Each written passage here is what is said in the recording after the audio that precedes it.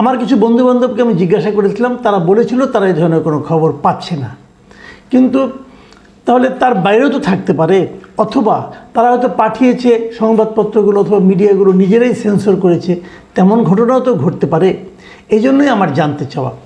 আর পাশাপাশি আমি আরেকটা কথা বলেছিলাম যে জাতীয় ঐক্যের জন্য ডক্টর ইউনূসের সরকার যে রাজনৈতিক দলগুলো ডেকেছে, সেখানে আওয়ামী লীগকে ডাকা হয়নি, এটা নিয়ে আমার কিছু প্রশ্ন ছিল। সেই প্রসঙ্গেও কিছু মন্তব্য আমি পেয়েছি। তো ভাবলাম এগুলো নিয়ে আমরা আরেকটা দর্শকের কথা অনুষ্ঠান আয়োজন করি, সেটাই আমি করেছি। এখন আমি চটপট কিছু মন্তব্যগুলো পড়ে নেই, তারপরে আমরা মূল আলোচনায় যাব। যেমন সঞ্চিতা লুবনা তিনি লিখেছেন, আপনি কমেন্ট নিয়ে যে পর্বটা করবেন, দয়া করে মাসুদ ভাই একটু উন্নত মানের কমেন্টগুলো নিয়ে পর্বটি করবেন। অতি সাধু মানুষের কমেন্ট পড়বেন না। সোশ্যাল মিডিয়া হচ্ছে নিজেকে সাধু প্রমাণ করার জন্য একটা সস্তা মাধ্যম। আপনি নিজেও এই ব্যাপারটার সাথে পরিচিত। তা আমি আসলে বুঝতে পারছিলাম না সাধু মানুষের কমেন্ট কোনটা আর অসাধু মানুষের কমেন্ট কোনটা। তো আমার কাছে ক্লিয়ার না, এবং মানুষ নিজেকে সাধু প্রমাণ করার চেষ্টা এখানে কেন করবে? তাও করতে পারে, আমি জানি না। তবে আমি নিজেকে সাধু প্রমাণ কিন্তু করতে চাই না। আমি যা তাই আমি বলতে চাই, এবং আমার যে কমেন্টগুলো আসে, সেখানে যে নেগেটিভ কমেন্টগুলো আসে আমার সম্পর্কে, আমি কিন্তু সেগুলোও পড়ি, অবলীলাই পড়ি। না পড়লেও পারতাম, কিন্তু আমি পড়ি। যা হোক, তারপর আপনার কমেন্টেই পড়লাম, এটা দিয়ে শুরু করলাম। আপনি বরং দেখুন আজকে যে আমাদের কমেন্টগুলো সাধু না অসাধু। মানস বণিক লিখেছেন, চিন্ময় প্রভুকে গায়ের জোরে জেলে ভরে রাখাকে অসাম্প্রদায়িক বাংলাদেশের উদাহরণ। এতদিন মানুষ বলেছিল শেখ হাসিনা খারাপ, হ্যানত্যান। এখন বাংলাদেশের মানুষ বুঝতে পেরেছেন সাজানো একটা দেশকে উগ্রবাদীরা 5 আগস্টের পরে শেষ করে দিয়েছে পরিকল্পনা মাফিক। যাক, এটা মানস বণিক সাহেবের অপিনিয়ন, আপনারা শুনলেন। শিশির হালদার লিখেছেন, গত 3 তারিখ সুনামগঞ্জে হিন্দুদের উপর নির্যাতনের নিউজ কোনো বাংলাদেশি মিডিয়া প্রচার করেনি। একদিন পর 4 তারিখ বিবিসি বাংলা ও DW বাংলা নিউজ প্রচার করেছে। বাংলাদেশি মিডিয়া প্রচার করেনি বলে কি এই নিউজ মিথ্যা হয়ে যাবে? না ভাই, এটা মিথ্যা হবে না। আপনি খুব গুরুত্বপূর্ণ একটা কাজ করেছেন, বিষয়টা আমাদেরকে জানিয়ে আমরা জানলাম এবং প্রচার করলাম। সুনামগঞ্জের ঘটনা নিয়ে আরও কয়েকটা মন্তব্য এসেছে। যেমন ধরেন, স্বর্ণলতা লিখেছেন, একদিকে শান্তির কথা বলেন, অন্যদিকে ধ্বংস চালান। যেমন গতকাল সুনামগঞ্জ যেই ঘটনা ঘটলো, সেটা তো বাংলার কোনো মিডিয়া প্রকাশ করলো না। এখনও সময় আছে, সত্যিটা করে প্রকাশ করেন। যাই হোক, আমরা তো প্রকাশ করলাম।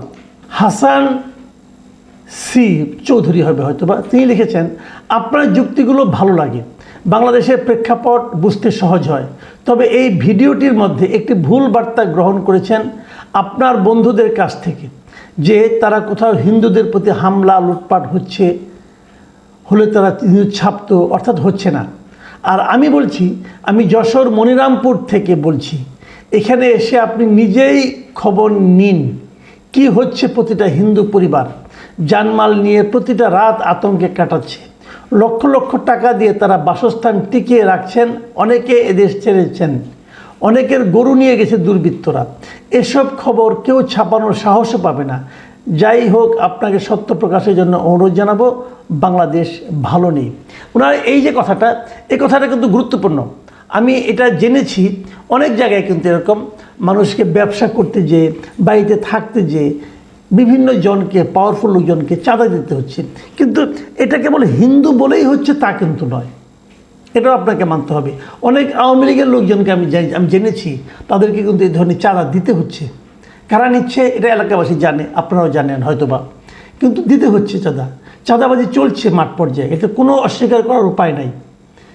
এবং আওয়ামী লীগের লোকদেরও চলছে, এবং সেখানে আওয়ামী লীগের মধ্যে হিন্দু আছে, মুসলমানও আছে, তারাও আছে, সবই হচ্ছে। যাদেরকে একটু নিরীহ পাওয়া যাচ্ছে, যারা এই প্রতিবাদ করার সাহস কম পাচ্ছে এই সময়ে, তাদের উপরে কিন্তু চাঁদাবাজিটা চলছে, এটা সত্য। আমি জনাব হাসান চৌধুরী সাহেবকে ধন্যবাদ জানাচ্ছি। রাজেশ দত্ত লিখেছেন, জনাব মাসুদ কামাল ভাই, আমি জানি না আপনি আমার কমেন্ট পড়বেন কিনা, পড়লাম, বুঝতে পারছেন। আমি অবাক আপনার মন্তব্যে। আপনি বললেন দেশের কোথাও সংখ্যালঘু নির্যাতন হচ্ছে না। ভাই, আপনার মতো একজন মানুষ যখন এসব কথা বলে, তখন অবাক ও কষ্ট লাগে। চট্টগ্রামে নীরবে খোঁজ নেন, সুনামগঞ্জে খোঁজ নিন, রংপুরে খোঁজ নিন, খুলনায় খোঁজ নিন, ঠাকুরগাঁও খোঁজ নিন, নরসিংদীর শিবপুরে খোঁজ নিন, কিশোরগঞ্জের ভৈরব, ইটনা ও কুলিয়ারচর উপজেলায় খোঁজ নিন। এরকম আরও অনেক আছে। ভাই, আপনারা সংখ্যালঘুর পাশে দাঁড়ান, সত্যটা তুলে ধরুন প্লিজ। বর্তমান মিডিয়ায় বিশ্বাস করবেন না। ধন্যবাদ, ভালো থাকবেন। জনাব রাজেশ দত্ত, আপনি যে কথাটা বলেছেন, আমার মনে হয় যে আপনি যে জায়গাগুলোর নাম বললেন, আমি কিছু কিছু জায়গায় আমার মতো করে খোঁজ নিয়েছি। খোঁজ ঠিক হয়েছে কিনা বলতে পারবো না, তবে যতটুকু পেয়েছি ততটুকু আপনাদের সঙ্গে শেয়ার করেছি। আপনিও যা জানেন সেটা আমাদের সঙ্গে শেয়ার করলেন, এবং আমার মনে হয় অনেক দর্শকই শেয়ার করেছেন, সেগুলো আমি একটু পরে পড়ব।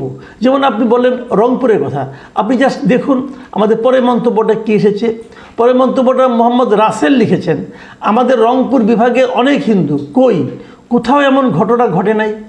এখন আমি তো রাসেলের কথা বিশ্বাস করব না, নাকি আমি রাজেশ দত্তের কথা বিশ্বাস করব? কাজে এই ধরনের কিন্তু বিভ্রান্তি আছে।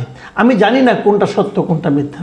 তো এরকম আলোচনাগুলি হওয়া দরকার, তথ্যগুলি আসা দরকার, অভিযোগগুলি আসা দরকার। আমি আপনাদেরকে রিকোয়েস্ট করব, আপনারা আরও যদি কিছু থাকে আমাকে জানান, টু দ্য পয়েন্টে জানান, আমি নিশ্চয়ই আমার এই মাধ্যমে প্রচার করব। যেমন শাহিন আক্তার লিখেছেন, আওয়ামী লীগ থাকতে তো এই ধরনের কোনো সমস্যাই হয় নাই, আর আমি যেখানে আছি পুরো সিলেট বিভাগে কোনো সাম্প্রদায়িক সমস্যাই নাই। এগুলো সব গুজব। এখন শাহিন আক্তার বলছেন যে পুরো সিলেট বিভাগে নাকি কোনো সাম্প্রদায়িক সমস্যা নাই। ঠিক আছে, আমরা পরে মন্তব্যে যাই। আমজাদ রাজা লিখেছেন, আমাদের এলাকায় আমার জন্মের পর থেকে দেখি নাই হিন্দু সম্প্রদায়ের উপর হামলা হতে, সবাই মিলেমিশে এলাকায় বসবাস করছে। মিস্টার আমজাদ রাজা, আপনাকে অনুরোধ করবো, আপনি কোন জায়গার থেকে লিখছেন সেটা কিন্তু বলেন নাই। ওটা বললে আমাদের জন্য, আমাদের দর্শকদের জন্য ওটা বোঝা সহজ হতো। RSR বোধহয় ছদ্মনাম, আমি জানি না। আমাদের এলাকায় কোনো সাম্প্রদায়িক দাঙ্গা নেই, শেরপুর থেকে বলছি। উনি শেরপুরের কথা বলছেন, তবে এটা কোন শেরপুর, শেরপুর জেলা নাকি বগুড়ার শেরপুর, এটা আমার কাছে ক্লিয়ার না। সাখাওয়াত সবুজ লিখেছেন, দেশের কোথাও সংখ্যালঘুদের উপর অন্যায় করা হয়েছে, শত চেষ্টা করেও এরকম সত্য খবর পাইনি। সাখাওয়াত সবুজ সাহেব কিন্তু কোনো খবর পাননি। শাহিনুর আক্তার লিখেছেন, সারা ব্রাহ্মণবাড়িয়ায় নেই। মানে উনি বলছেন যে ব্রাহ্মণবাড়িয়াতেও কোনো ধরনের সাম্প্রদায়িক দাঙ্গা নেই। রাশেদুল ইসলাম লিখেছেন, আমার স্কুলের হেড টিচার হিন্দু। দিনাজপুর সাধারণত হিন্দুদের আধিক্য বেশি, পারতপক্ষে এখানে সম্প্রীতির কোনো ঘাটতি নেই।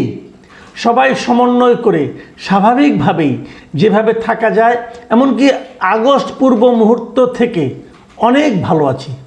বাদুল খান লিখেছেন, এই মন্তব্যটা এই জাতীয় ঐক্য নিয়ে যে আলোচনাগুলো হচ্ছে, আজকে ইউনূস সাহেব ডেকেছিলেন বিভিন্ন পলিটিক্যাল পার্টিকে, সেই বিষয়ে তিনি লিখেছেন, বাস্তবতা কি আপনি ভালো জানেন। আওয়ামী লীগের সময় বিএনপি ও জামাত ছাড়া ঐক্য তৈরি করে ফেলত, ঠিক এখন আওয়ামী লীগ ও জাতীয় পার্টি ছাড়া ঐক্য কীভাবে ঐক্য হয়? একই কথা কিন্তু আমরা দেখেছি, হ্যাঁ, যে আওয়ামী লীগের আমলে জামাত আর বিএনপিকে ডাকা হতো না, কিন্তু ঐক্য হয়ে যেত। বাপ্পি সরকার লিখেছেন, আপনিই বলেন আওয়ামী লীগ সহ 14 দল ও জাতীয় পার্টি নেই। এক কথায় 60% ভোট বা সমর্থন বাদ দিয়ে শুধু স্বাধীনতার বিপক্ষের ঐক্য জোটেরা ঐক্য হচ্ছে, নয় কি? লোকমান মোহাম্মদ লিখেছেন, সব দলকে ডাকা হয়েছে, আওয়ামী লীগকে ডাকা হয়নি, জাতীয় পার্টিকে ডাকা হয়নি, কেন? মোহাম্মদ এরশাদুল হক লিখেছেন, জাতীয় পার্টি কি বাংলাদেশের বাহিরের দল, তাদেরকে ডাকা হয়নি, কেন? রিয়াজ আহমেদ লিখেছেন, দেশের যত সমস্যা হচ্ছে তত আওয়ামী লীগ করাইতেছে, তাহলে তাদেরকে ডাকবে কেন? জামান নূর লিখেছেন, ভাই আপনি যৌক্তিক প্রশ্ন তুলেছেন। আওয়ামী লীগ হয়তো হামলার কারণে আলোচনা বা সভায় যোগ দিতে পারছে না, কিন্তু তারা তো অনলাইনে তাদের অবস্থান ব্যক্ত করতে পারে। কেন তারা দেশের মানুষের সাথে নেই? কেন তারা ভারতের অন্যায় অভিযোগের প্রতিবাদ করছে না? তারা আসলে এ দেশকে নয়, ভারতকে তাদের পাশে চায়। ওরা দেশদ্রোহী। দেখুন, এখানে কয়েকটা প্রসঙ্গ কিন্তু এসেছে। সেটা হলো, আপনি জাতীয় ঐক্য করবেন, তো আমি তো এখানে জাতীয় পার্টির নামটা কেন নিই? জাতীয় পার্টি কেন ডাকবেন না আপনি? আপনি যদি জাতীয় পার্টিকে বাদ দেন, আওয়ামী লীগকে বাদ দেন, আওয়ামী লীগের সঙ্গে যে 14 দলীয় জোট ছিল সবাইকে বাদ দেন, এদের তো লোক অনেক, কয়েক কোটি লোক আছে এদের সমর্থক। এখন এদেরকে বাদ দিয়ে আপনি জাতীয় ঐক্য কীভাবে করবেন? ওরা কি জাতির অংশ না? এটা কিন্তু খুব ইম্পর্টেন্ট। আপনি ওদের ডাকতেন, না আসলে তখন বলতে পারতেন ডেকেছিলাম, আসেনি। কিন্তু এটা কীভাবে সম্ভব? আমি কিন্তু এটা কোনো উত্তর পাই না খুঁজে। আবার এখানে আরেকজন যিনি লিখেছেন সর্বশেষ, যেটা আমিও বলেছিলাম যে হ্যাঁ আওয়ামী লীগকে ডাকেনি ঠিক আছে, তাই বলে কি আওয়ামী লীগের কোনো দায় দায়িত্ব নাই? এদেশের শান্তির জন্য, এদেশের মানুষের জন্য কি আওয়ামী লীগের কোনো দায় দায়িত্ব নাই? তারা তো সেই দায়িত্ব পালন করতে পারতো। তারা তো তাদের অনলাইন, তাদের ফেসবুকে, তাদের অফিসিয়াল ওয়েব পেজে বলতে পারতো যে ভারতের এই ধরনের প্রচারণাকে তারা সমর্থন করে না। নাকি তারা এই কারণে বলে নাই যে এটা বললে পরে ভারত তাদের উপর রাগান্বিত হবে?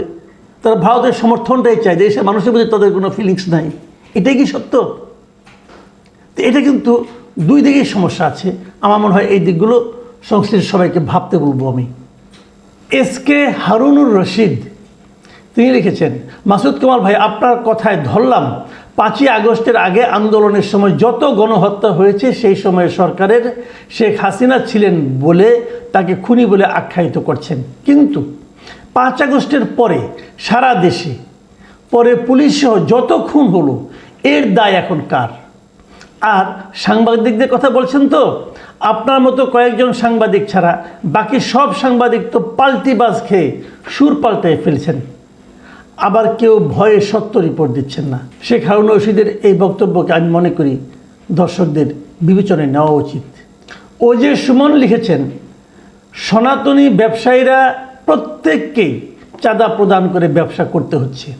আপনি ব্যক্তিগতভাবে তদন্ত করে দেখুন কামাল ভাই। আমি কিন্তু ওনার সঙ্গে একমত। আমি জানি, বিশেষ করে এটা ঢাকা শহরে কিনে বলতে পারবো না, বা ঢাকার বাইরে প্রত্যন্ত অঞ্চলে যত হিন্দু ব্যবসায়ী আছে তাদেরকে কিন্তু একটা বড় অঙ্কের চাঁদা দিতে হচ্ছে। এবং সেই চাঁদা নিচ্ছে কারা? পলিটিক্যাল পান্ডারা নিচ্ছে। বিভিন্ন আওয়ামী লীগ বা অন্য এখন যারা পলিটিক্যাল পান্ডা, যারা নাকি বিভিন্ন চাঁদাবাজির ঘাঁটিগুলো দখল করেছে, যেগুলো আগে আওয়ামী লীগের দখলে ছিল, তারা কিন্তু চাঁদা নিচ্ছে, বড় অঙ্কের চাঁদাই নিচ্ছে। এবং কেবল সনাতনী ব্যবসায়ী নয়, যারা আওয়ামী লীগের ব্যবসায়ীও আছে অনেকে, তাদেরকেও চাঁদা দিয়ে ব্যবসা করতে হচ্ছে। এটা খুবই মর্মান্তিক। আমি মনে করি সেই দলগুলো, বিশেষ করে বিএনপি, জামাত, তাদেরকে আমরা বলবো আপনারা খবর নেন। আপনাদের মাঠ পর্যায়ে কিন্তু আপনাদের নিয়ন্ত্রণ সেভাবে নাই। এটা কিন্তু ঘটছে। যেটা দিয়ে শেষ করবো আজকের আলোচনা, তোফাজ্জল ওপি লিখেছেন, মজার ব্যাপার হলো আওয়ামী লীগকে লোকের মন জয় করার জন্য আলাদা করে কিছুই করতে হচ্ছে না। বিএনপি জামাত যে অরাজকতা, যে চাঁদাবাজি, দখলদারিত্বের রাজনীতি শুরু করেছে, তাতেই মানুষ একটা হুঁশে ফিরেছে বলে মনে হয়। আওয়ামী লীগকে ভালো বলছি না, তবে বাকি সবাইয়ের চাইতে তারা কম্পারেটিভলি এগিয়ে। এই যে কথাটা উনি বলেছেন মিস্টার তোফাজ্জল, আমি কিন্তু এই কথাটাকে খুবই গুরুত্বপূর্ণ মনে করি। এই সরকার কি ভালোভাবে চালাতে পারছে? যে অরাজকতা, চাঁদাবাজি, রাজনীতি শুরু হয়েছে বিশেষ করে মাঠ পর্যায়ে, সেটাকে এই সরকার ফেরাতে পারছে? কেন পারছে না? এবং আমি বলি, যদি এই ব্যর্থতা এভাবে চলতে থাকে, সেটা কিন্তু ওই যে উনি যে বলেছে আওয়ামী লীগের লোকদেরকে মানুষের মন জয় করার জন্য আসলে নতুনভাবে নিজের মতো করে কিছু করতে হচ্ছে না, তাদের কাজটা ওরাই করে দিচ্ছে। আমি মনে করি বিএনপি, জামাত এবং সরকার তিনজনকেই এই ব্যাপারে সতর্ক হওয়া উচিত, নইলে সামনে কিন্তু পরিণতি ভয়াবহ।